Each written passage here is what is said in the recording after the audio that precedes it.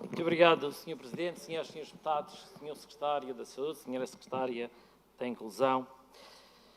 Esta proposta de decreto legislativo regional, em que aprova o regime jurídico do modelo de cuidados de longa duração na região autónoma da Madeira, é uma proposta que vem na lógica da Estratégia Europeia da Prestação de Cuidados, como o Sr. Secretário bem o disse na sua intervenção. Ora, esta estratégia europeia, enquadrada no Plano de Ação do Pilar Europeu dos Direitos Sociais, se apresenta como um contributo ao cumprimento dos vários princípios, dentro dos quais os cuidados de longa duração. Sabemos que na União Europeia trabalham formalmente neste setor dos cuidados de longa duração 6 milhões de pessoas. E estima-se que até 2050 serão precisos mais 1,6 milhões de pessoas.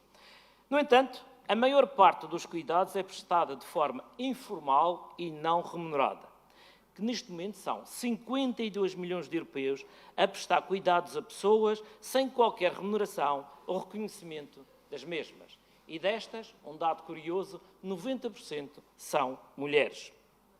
Após estes dados, Sr. Secretário, eu gostava de perguntar, relativamente à região, à nossa região, que dados é que temos? Até porque está consubstanciado neste diploma que a regulamentação é a posteriori. E então, que dados é que temos? Quantos trabalhadores estão neste setor dos cuidados de longa duração, quer públicos, quer privados? Quantos cuidadores informais?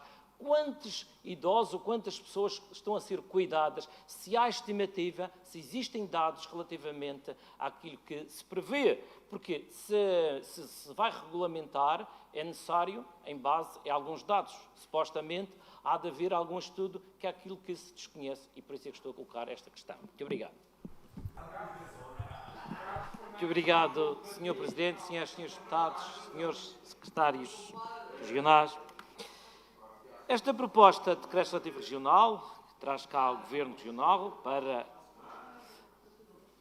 pôr à votação e que se prevê que seja aprovado, até porque o próprio nome começa logo, aprova o regime jurídico do modelo de cuidados de longa duração da região autónoma da Madeira. Portanto, já estamos a partir do princípio que está aprovada. Mas que foi notícia hoje, num órgão de comunicação social, de uma forma antecipada, e que nessa mesma notícia diz que este diploma é uma base de trabalho que coloca a Madeira na dianteira a nível nacional e europeu, na estruturação de respostas que vão ao encontro das premissas orientadoras da Organização Mundial de Saúde relativamente ao envelhecimento saudável e cumpre as recomendações da União Europeia sobre a estratégia para os cuidados de longa duração, bem como as determinações do Pilar Europeu dos Direitos Sociais. Só que esta proposta, e como outras que já aqui passaram provenientes do Governo, remete para a sua regulamentação a posteriori. E aqui, no que diz respeito a esta regulamentação, supostamente, e eu quando coloquei a questão há pouco, se haviam estudos, dados objetivos e concretos sobre o perfil, sobre a realidade dos nossos idosos, a verdade é que parece que não existe. Não existe. Isto tal como, e agora por analogia, Sra. Deputada Conceição Pereira, existe alguma coisa, mas fica muito aquém do desejado. Tal como acontece, ou aconteceu com o estudo da pobreza, em que havia estudos sobre a realidade da pobreza na região autónoma da Madeira, mas só este ano é que se começou realmente a fazer um estudo real sobre a pobreza. Havia, afinal não havia nada. E isto formos na lógica do que disse ontem o Sr. Deputado Lopes da Fonseca, não há factos, não há nada de concreto, portanto, é tudo para iludir a opinião pública. Por isso é que ele vai votar contra uma proposta, ou melhor, vai votar a favor de uma proposta do PSD. Mas, relativamente a esta proposta, que remete para a regulamentação a posteriori, prevê também a sua implementação de forma progressiva através de experiências piloto. E aqui eu vou fazer uma analogia com uma experiência piloto também, que são as unidades de saúde familiar. E o Sr. Secretário bem sabe que as unidades de saúde familiar surgiram há 5 anos com uma experiência piloto na Ponta de Sol, em que, segundo as palavras do Sr. Secretário, teve uma abrangência próximo dos 100%, ou seja, um sucesso na ordem dos 100%. Então eu pergunto, se tem um sucesso na ordem dos 100%, porquê que se não se expandir a mais centros de saúde? Ou outras localidades? Portanto, Portanto, significa que são experiências piloto que têm ficado só nas localidades que, por sua vez, foram submetidas a essas experiências. Porque a verdade é que estas USF, portanto, se têm assim tanto sucesso, ajudariam na questão da saúde, dos cuidados primários e, por sua vez, também ajudariam os nossos idosos, que isso é extremamente importante, a proximidade dos centros de saúde, que conhecem a realidade dos idosos e, por isso, é que estas unidades seriam uma forma também de promover a autonomia dos nossos idosos. Mas outra questão que se coloca tem a ver com os cuidados ao domicílio, em que já aqui foi falado, e há algo que se diga que próprios deputados, eu não vou dizer nomes, mas é verdade, próprios deputados do PSD, nesta casa, já defenderam que importante era um investimento nos cuidados ao domicílio, que deveria de haver maior resposta, melhorar a resposta nos cuidados ao domicílio e não na institucionalização. Porque a verdade é que se disse que estão 3.500 pessoas a serem ajudadas no domicílio. Agora eu pergunto, quantas estão em lista de espera? Quantas estão em lista de espera? A capacidade de resposta, e o Sr. Secretário, ainda fica aquém daquilo que é desejado. É verdade, sim senhor. Existem muitas pessoas que estão a aguardar por apoio domiciliário. É verdade, sim senhor, que existem muitos idosos em casa a aguardar pelo apoio domiciliário. E tal como existem quase 1.000 pessoas à espera de uma institucionalização, ou seja, à espera de um lar.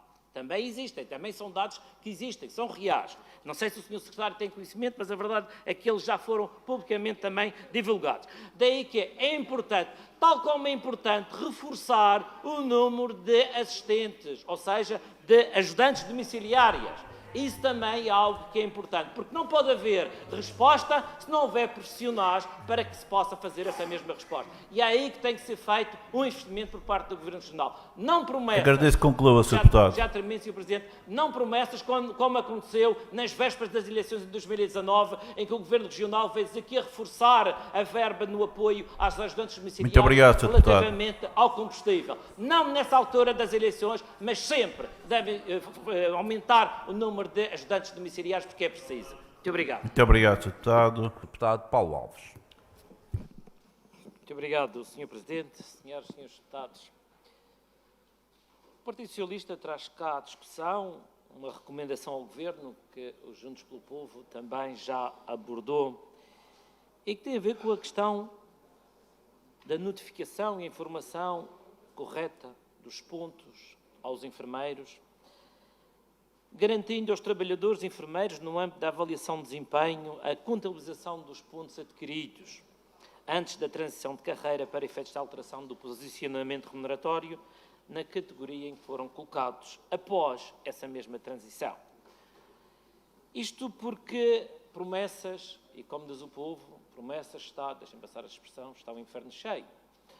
E porque tem sido prometido, que o Governo Regional tem prometido, e na altura da pandemia muito se elogiou, muitas pancadinhas nas costas se deu aos enfermeiros, mas a verdade é que alguma coisa foi feita, mas outras coisas estão por fazer e continua-se a não fazer.